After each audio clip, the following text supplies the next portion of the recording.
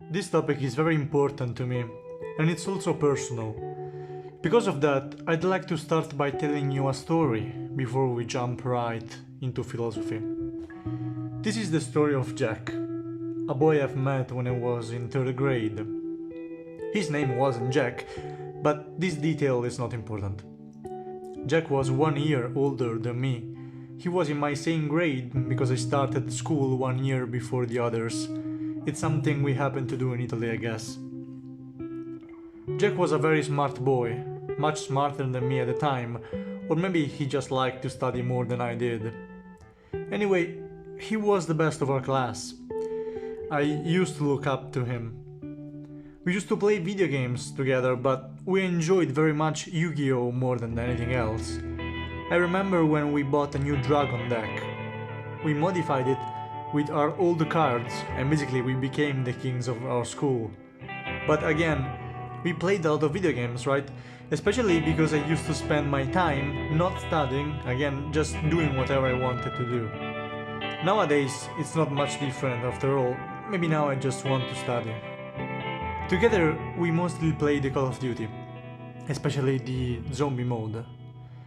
One day, guys, we played from 4 p.m. to 6 in the morning. I'll do the math for you, it's 14 hours. It wasn't non-stop, but really close. Funny thing, we stopped only when my father found us laughing when he had woken up. You see, to me Jack was more than a friend. He was almost like a brother. Fuck it, I'll say it, he was just like a brother. We didn't do much together, we didn't go to war, we didn't play in the same team. I don't even want to say, oh yeah, I could always count on him. Because I don't know, we were kids don't need to count on each other. But I felt he was someone I could trust, someone I thought was just like me. After 5th grade we went to different schools, but we kept in touch. He wasn't my only friend, but he remained my best. Everything was working as usual until we reached high school. Then he met new people, I met new people, but again we kept in touch and he was still my best friend. There was only one problem. I was jealous. You see, I am not sexually attracted by men, but I was so much connected to him that I did love him. I didn't like the idea of him seeing other people, because in my mind we were best friends, right? We were more than all the others. Most importantly, I felt that I meant more than the others. And so I was jealous because I didn't want to lose him.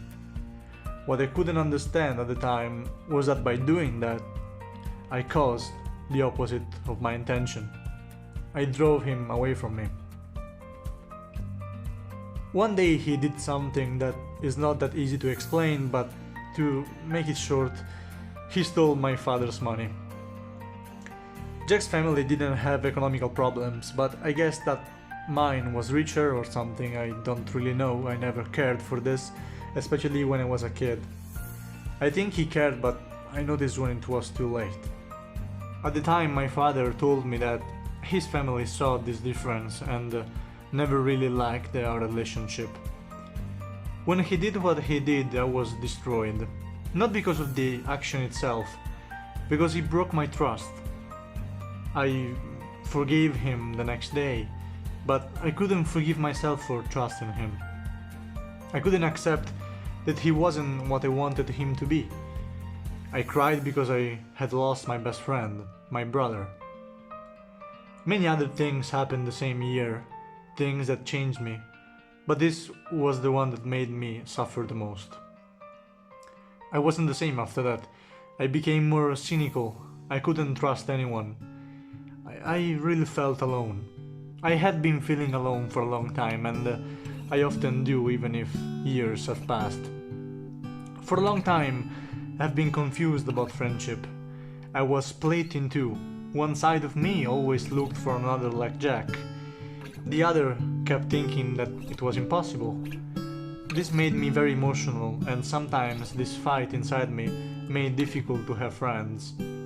Sometimes I ask too much to those I have, because I want them to be like Jack. but Jack does not exist.